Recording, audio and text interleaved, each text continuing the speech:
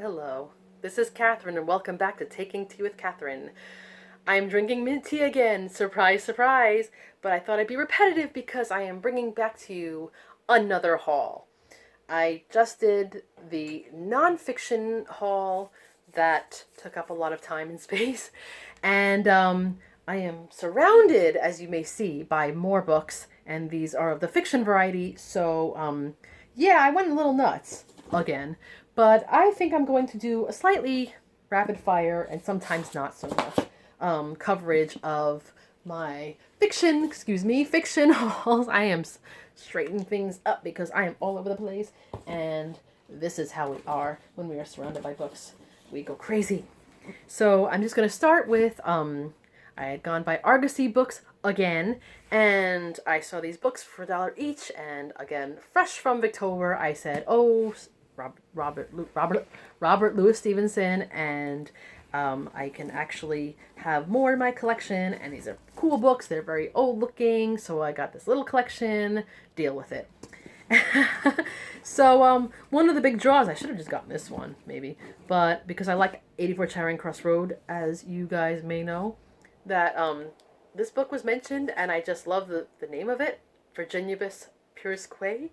So I thought, oh, that's cool. Let's get the other ones. And that's what I did. So that's Robert Louis Stevenson. But Argosy Books is amazing. It is a bit like 84 Charing Cross Road. So I'm going to just go through my mysteries that I bought recently. And some of them are slightly mysteries and slightly novels, but, you know, that's okay too. The first book of the Maisie Dobbs series, which I've heard is good. And I've heard it's good books, good series, good adaptation. I hope it is. This was that Barnes & Noble book haul sale thing, late summer, early fall. I can't remember anymore. Autumn. And, but it looks cool. It looks British. And I like that.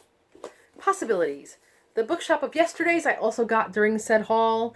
And, I don't know much about it. Amy Meyerson is the name. It's about some bookshop that apparently someone's uncle has passed, and now he's left clues. Either he's passed or he's missing, I don't know anymore. But it's supposed to be a novel and a mystery, well, mystery novel too, but not 100% mystery, so I just included it with this, and let's have high hopes for this. This book was $1 in Book Off, so if it's not good, it can book off. And, that's a messed up thing to say. But The Case of the Gilded Fly by Edmund Crispin, a Gervais Fenn mystery. I know very little about this, but it looks like something I could at least try for a buck, you know? I know a lot about Sherlock Holmes, and this is supposed to be the final adventures of Sherlock Holmes. I got this in half-price books in Texas, in San Antonio. It says it's by Sir Arthur Conan Doyle, and collected and introduced by Peter Haining, forward by Jeremy Brett. So that was a big draw to me, even though it was like a blurb. But I have not heard of any of these stories, and I hope it's for real, because I've not heard of any of them again. But I'm repeating myself a lot. But I have to collect the Arthur Conan Doyle collection, if possible. I don't have his non-Sherlock Holmes stuff, and again, I keep intending to. I almost did in half-price books because I saw some, but I didn't, and can't do it all. Although you can try. Now, when I had gone on thrift books, I mentioned this before. Some books that are labeled good are actually very good, and some things are very good are good. It's confusing to me, but I've been trying to get a hold of Colin Dexter's Morse mysteries for some time, and I feel like I can't always find them, or at least not for a good price if I do find them. So I found these Omnibuses, and one of them I got on thrift books, and one of them I found shortly afterwards in half-price books. So I have the second and third ones. That's plenty to keep me busy with Morse. I did like the show, and I'm hoping I like the books. Usually, if I like the show, I like the books that they're from. Sometimes I'll like them better. We'll see. So now we're off mysteries, and I am on this Tower of Doom, and this is the Cairo Trilogy by, I'm hoping I'm pronouncing this right, Naguib Mahfouz. I can actually read Arabic somewhat well, but I haven't seen his name written in Arabic, so I can't confirm if I'm pronouncing it correctly, so off one. But, Anyway, three novels about Cairo. And so someday I'm going to be in the mood to read about Egypt, and when that happens, I'm going to read this. And someday I'm going to be in the mood to read about Korea, and that's when I'm going to read Pachinko, which I've seen on BookTube a number of times, and I'm hoping it's good, but it comes across, I think it's a historical novel, so it's I kind of enjoy those, and usually I know I stick to a lot of British, somewhat American, and some other European, but sometimes it's good to branch out, and I don't do enough of that, so that'll be an opportunity. Okay, I'm going to keep turning my back on you because I kept turning these around. I'm going to move these up. This has been A Hernia by Catherine. All right, I've been meaning to read this book by one of my favorite writers, even though I don't like his other novel that I read in school. But I've been meaning to read George Orwell's 1984 for a billion years, and I think it's time. I mean, I had heard of it even though I was a little kid, I'm pretty sure, even in 1984. So it's time to get started on this. And I'm exaggerating, by the way, I probably didn't. I probably barely knew how to read. I think I learned how to read in 82. So anyway, let's not date myself too much. This sounds like a good book, and I hope it is. And if I don't like it, well, I got on Thrift Books for a decent price, and I can always enjoy his essays. I'm so like, non-expecting anymore. I just hope I like books, you know? And I usually do. I'm usually not disappointed, but I have been. I've been hurt before, like we all have, by books that we had high expectations of. And this writer, I did have high expectations of her last book, but mostly because it was deemed a mystery and it really wasn't. So I think I'm going to try again, because I didn't hate her book. Did not hate her. So I gotta try again. When I found this, I said, okay, opportunity. The Vicar of Wrexhill by Fanny Trollope. She's back! Or Frances Trollope. You know. So I hope this is good. I don't have any rush to read this one. It's got a stain on top. I hate that. Nah. But at least it's not a bug. You know, today, when I was cleaning up, because you guys need to know this, I was cleaning up some things, and on top of like a pot cover, I found a dead bee. A dead bee. A dead bee. I've seen a live bee in my apartment, but it was like over a year ago. I don't think it's the same one. Anyway, when I was in Texas, I saw a gecko, and apparently there was a scorpion, so, I mean, I guess a dead bee's a little easier, but it was weird. Where did that come from? Changing the subject. Oh, this has a picture of a spider on it, so let's get on the subject. I found this book for $1 in Book Off. Buckin'. You say it 10 times fast, you're going to say something inappropriate. This book may or may not be good, but I like Dickens, and I like the idea of this book, so I thought, you know. Oh, what's funny is that someone bought it for $25, and the receipt is still in here, from Watchung Booksellers, Montclair, New Jersey. I've heard of this place, I think. Montclair, New Jersey. They bought Under the Harrow and Novel Bookstore, which I have and still haven't read. They paid a lot more than I did. And I don't know if they liked it or not, but it ended up being sold at Book Off for $1. So Under the Harrow, a novel by Mark Dunn. I like that it's a naked hardcover. I think that's what they call it. So that's already a point in its favor.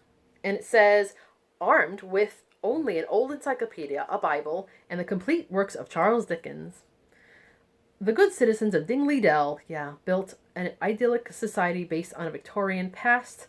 Beyond the Dell is the outland, and beyond that, no one knows. And then some people go missing, apparently. It's a Dickensian thriller. That's what it's called. I have never heard of this book. I had never heard of this book. My English is terrible, isn't it?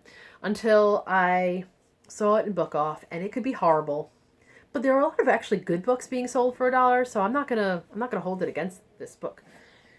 But you guys, if any of you have heard of this book, and especially if you guys have read it, let me know what you think of it in the comments below, because it's a mystery. No spoilers, obviously.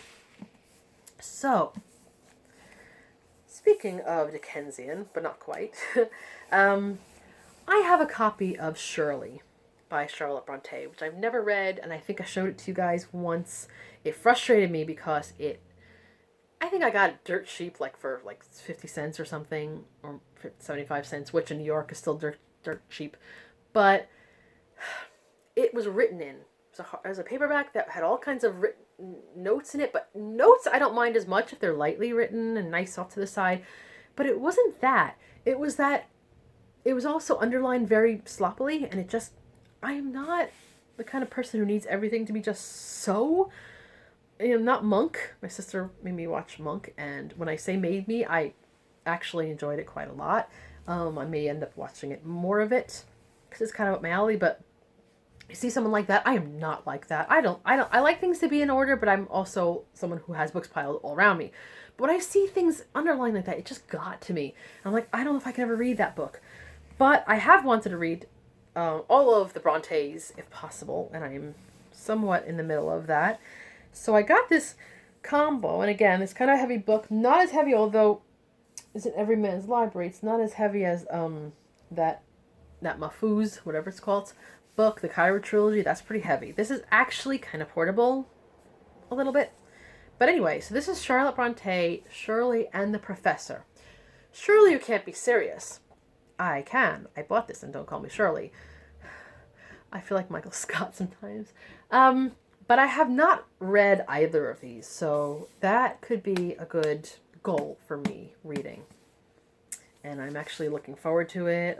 She looks a little bit like she's having a moment. Yeah. Oh, I'm seeing a dead bee on the ceiling. I don't know. So, but it's a woman reading, and I kind of like that. So that should be good. I mean, it's Charlotte Bronte, can't go wrong. And speaking of more collections, I don't know what is up with me lately with these collected books, but I've been seeing this book for so long, and I finally got a hold of it. And I have read one of these books, so again, but I do like this. Anyway, I'm talking, not showing. Edith Wharton's three novels of New York in one, and it's heavy, but it's not like dead heavy, The House of Mirth, which I've never read and keep intending to read. The Custom of the Country, which I definitely have not read. And The Age of Innocence, which I did read and I did like. And I wouldn't mind reading again. I think I have it, ready to see the back of my head? Here. Somewhere. So, yes. So I'm very happy to have this, and it's three novels of New York. As a New Yorker, I like all the things that have to do with New York when I can get a hold of them. And I didn't like Ethan Frome very much when I read it in school. Again, every time I read something in school, I don't like it as much. I think that's my bias with Animal Farm. I read it in school, and even if it was a good class, even if I actually enjoyed it, it puts me off just somehow. But Ethan Frome, although I think I have a copy of it here, I only really was attached to it because it's the first time I ever heard the name Zenobia, which is my cat's name. So, a little sentimental thing there. But I don't get attached to books that have the name Freddie in it. So, although anyway, I'm rambling. So that's all. What? That's all of the haul. It's a miracle. Got through those hauls.